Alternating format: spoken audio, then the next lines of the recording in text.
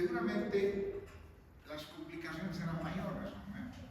En algún momento seguramente no había bombas tampoco en esa época de polietileneno, seguramente buscaban la forma de no mancharse, no sé. Imagínense cómo fueron allá los horrores de la cirugía. Entonces, lo que ocurre es de que a medida que van avanzando, comienzan las medidas de bioseguridad. El micro, antes la señora lo puso en el asiento a su perro, por ahí está con tu pantalón, cualquier cosa, ¿no ven? Entonces dijimos, bueno, lo primero que tenemos que hacer es cambiar la ropa de la cara de quirófano. No, tiene que haber un ambiente. Comenzamos a crear el ambiente quirúrgico. Y ahí es que comenzamos a evitar las complicaciones. Y las complicaciones vamos viendo todo el tema, ustedes ya han llevado el tema de ambiente quirúrgico, para ir aislándonos cada día más. ¿Para qué? Para evitar esto, las complicaciones quirúrgicas. Pero aún así, imagínense antes la gente se moría no por la cirugía, se moría por las complicaciones. Entonces, pese a eso, ahora tenemos muchas medidas de bioseguridad, tenemos muchos insumos, tanto de tipo físico, químico, para esterilizar las cosas. Pese a eso, tenemos una serie de complicaciones quirúrgicas inherentes a la enfermedad del paciente, inherentes al propio acto quirúrgico o a la técnica quirúrgica, o inherentes a algún error del cirujano. Entonces, en base a eso, podemos tener complicaciones de la herida quirúrgica, podemos tener complicaciones del sistema termorregulador. No nos olvidemos que lo vas a tener al paciente expuesto en una cama, desnudo, ¿no? Y además su cuerpo, no, el médico está haciendo mucha calor, pon aire acondicionado. Lo tienes en una hipotermia natural al paciente. Entonces, tenemos que ver también complicaciones del sistema termorregulador. Complicaciones respiratorias, no te olvides que le ponemos un tubo, lo intubamos al paciente. Entonces, podemos tener complicaciones respiratorias, podemos tener complicaciones cardíacas inherentes al uso de medicamentos o a la misma enfermedad del paciente, podemos tener complicaciones renales. No nos olvidemos también que algunos medicamentos anestésicos son nefrotóxicos, ¿no? Y también los medicamentos se eliminan por el riñón.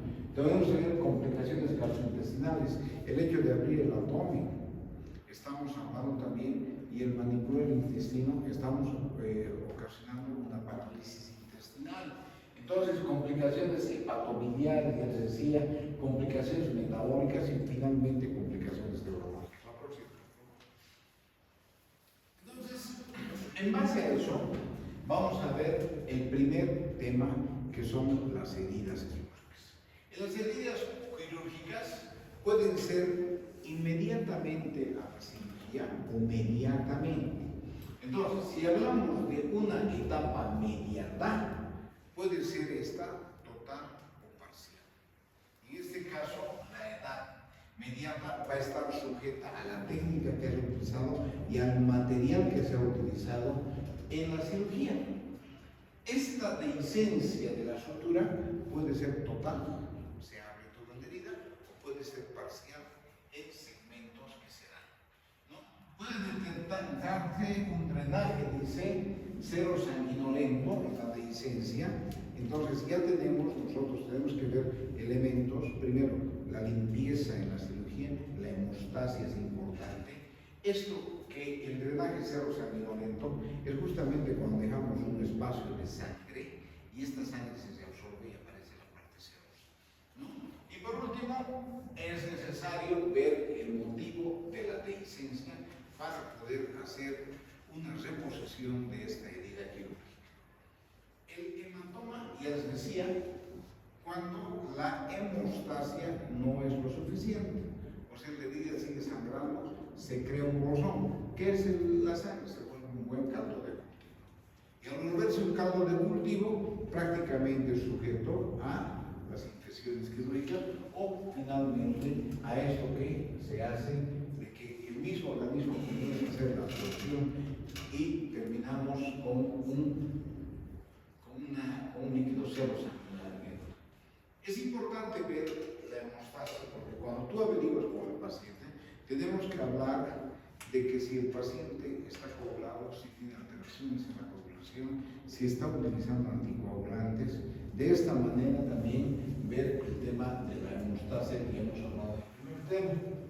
Y habíamos dicho que al tener un hematoma va a contribuir a la infección porque se vuelve un caldo de cultivo. Además, como existe ya un hinchazón, va a haber dolor. ¿Por qué? Comprime. Obviamente que la hemostasia también, o la hemorragia se limita con la compresión de ese tercer espacio que se está haciendo. Y por último, también podemos tener un edema. ¿Ya? Generalmente el hematoma es un drenaje oscuro, sanguinolento, ¿no? Cuando este se descubre en el postoperatorio, generalmente lo que tenemos que hacer es evacuar. Abres un puntito y haces de que se limpie ese hematoma y tengamos ya el drenaje del hematoma. La próxima, por favor. Otra complicación importante de la herida quirúrgica es la infección. Y la infección puede estar sujeta a aerobios y a anaerobios. Cuando hablamos de infecciones anaeróbicas es muy riesgoso, generalmente cuando abrimos vísceras huecas. No nos olvidemos que el lumen del intestino delgado o de algunas vísceras huecas contienen elementos anaerobios que nos pueden dar una infección mayor. Las infecciones de las heridas pueden ser además intrahospitalarias, que son generalmente gérmenes resistentes que complican, ¿no? ¿Y cómo se manifiesta la infección? Con la tetrada de Celsius. ¿Cuál es la tetrada de Celsius?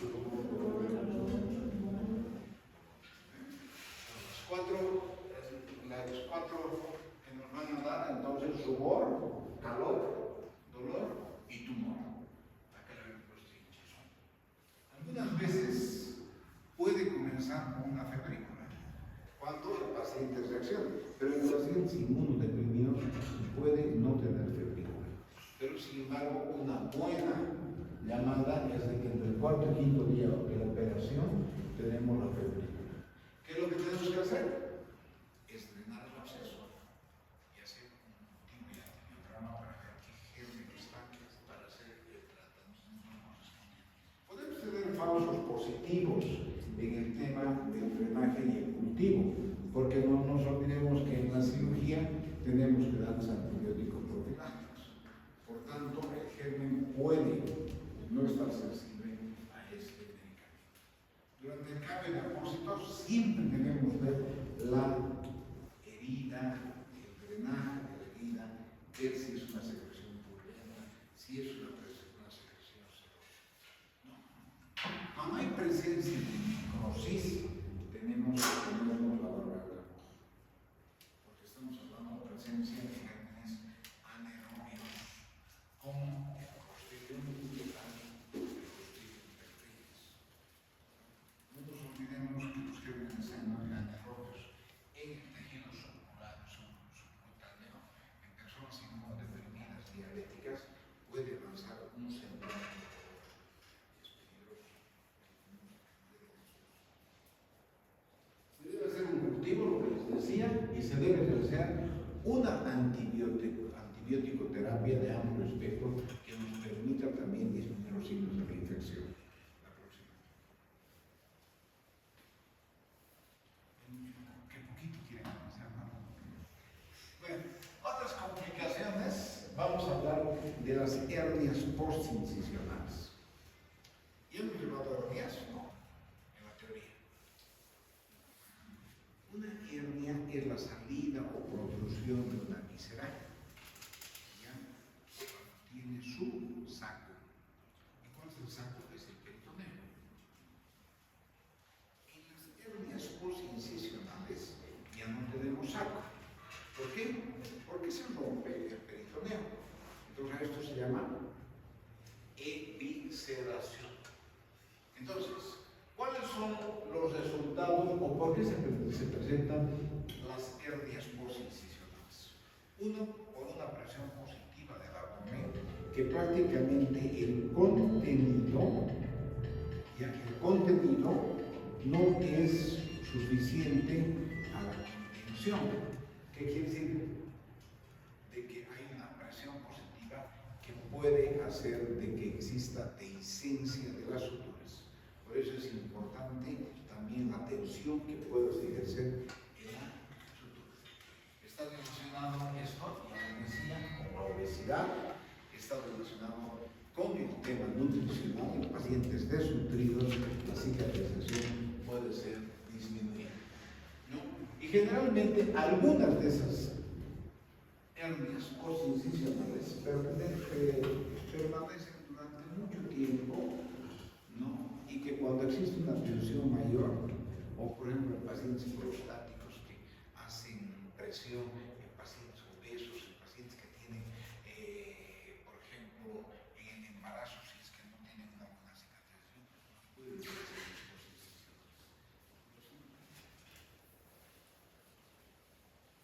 hipotermia. Ya había adelantado la hipotermia.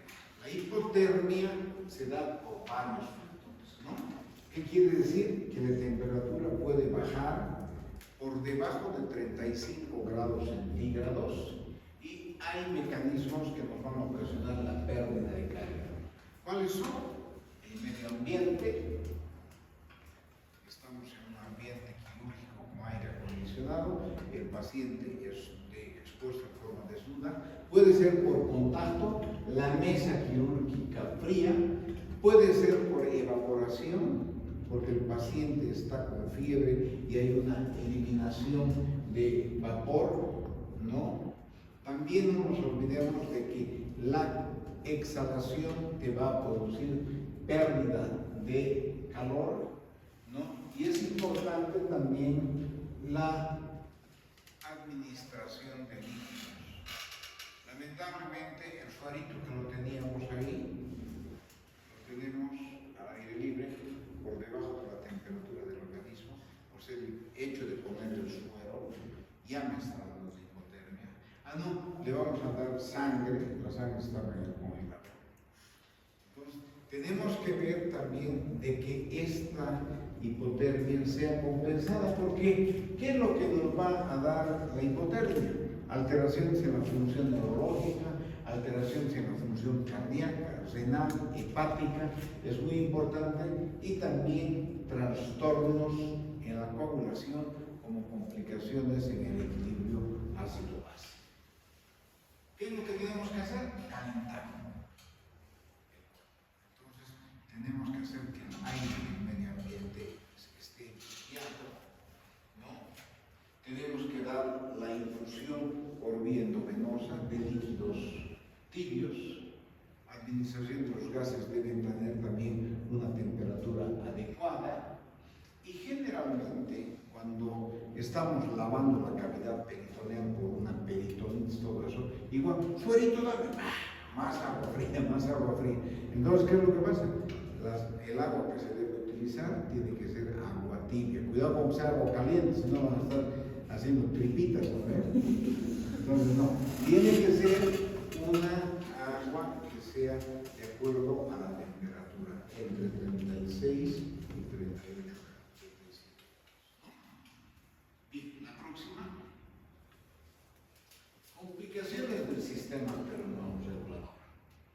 Ustedes saben de que la fiebre es un problema grande, donde cuando se aumenta la temperatura por cada grado de temperatura, se pierde 500 ml de líquido. Entonces, ¿qué es lo que pasa? Si tenemos nosotros un aumento de la temperatura, nos podemos dar también las infecciones, una bacteriemia, las causas que nos dan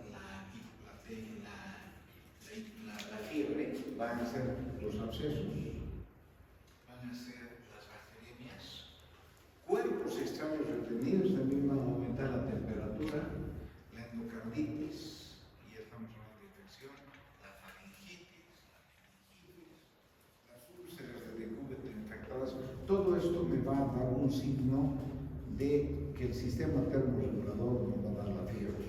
La fiebre es un timbre de alerta, es un signo importantísimo que nos denota algo, ¿no? ¿Se acuerdan que hablamos de los signos y síntomas? Y los signos generalmente es lo que tú puedes medir. Los síntomas es lo que el paciente a ver los signos que nos van a dar la hipotermia, la hipertermia, nos están dando que algo malo está pasando. La hipotensión, está pasando algo. La hipertensión, está pasando algo. La taquicardia, la bradicardia, también son signos que nos están diciendo algo está pasando. Si hay taquicardia, estoy perdiendo sangre, algo está pasando, no estoy con fiebre. Entonces, estos signos nos van a dar también ciertas llamadas de atención a tener accesos, bacterias, cuerpos extraños. Y las causas no infecciosas de una hipertermia o alteraciones en el sistema circulador van a ser la deshidratación, obviamente, van a ser el feocromocitoma, la pancreatitis, los cánceres o neoplasias, las insuficiencias suprarrenales y las reacciones alérgicas. La próxima, por favor. Complicaciones respiratorias. Todos olvidemos de que el paciente en la cirugía ha sido intubado. Has metido a la tráquea un elemento extraño. Al margen de que también, si bien son estériles los elementos, pero también puede haber un contagio con el medio ambiente, porque tenemos todo esto, la barrera que tenemos en todo el sistema respiratorio exterior, los brillos que tenemos en la nariz, además todo el sistema de termorregulación que tenemos en el sistema respiratorio, pues esto es directo, ¿no? Y nos puede dar algunas complicaciones. Una de las complicaciones es la atelectasia. ¿Qué quiere decir la atelectasia? Uno de los pulmones seco. Otra cosa que podemos tener son las neumonías. La acumulación de secreciones en el pulmón, con que ya sea en crecimiento bacteriano y nos da una infección pulmonar grave. La atelectasia consiste en el colapso de los alvéolos. Mientras los alvéolos están más tiempo colapsados, mayor el riesgo de que este se vuelva un caldo de cultivo y de que la infección progrese. Es importante también ver de que el pulmón reacciona, ¿no?, aumentando la secreción, y al tener mayor secreción, esta secreción se vuelve caldo de cultivo en los alvéolos para el crecimiento bacteriano de virus o de hongos.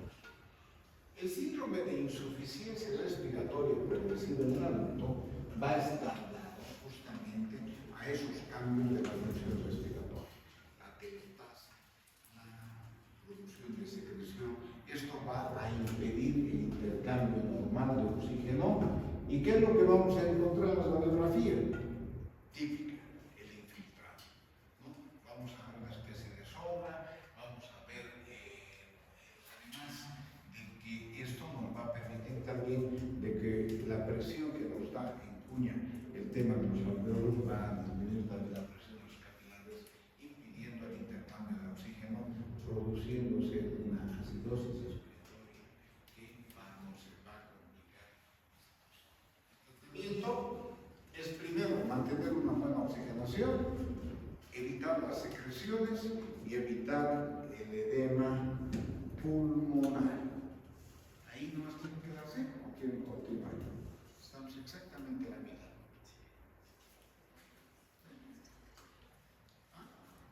Nos vemos el día miércoles 7 en punto aquí en este mismo campo. ¿Ya? ¿Me lo vas a traer?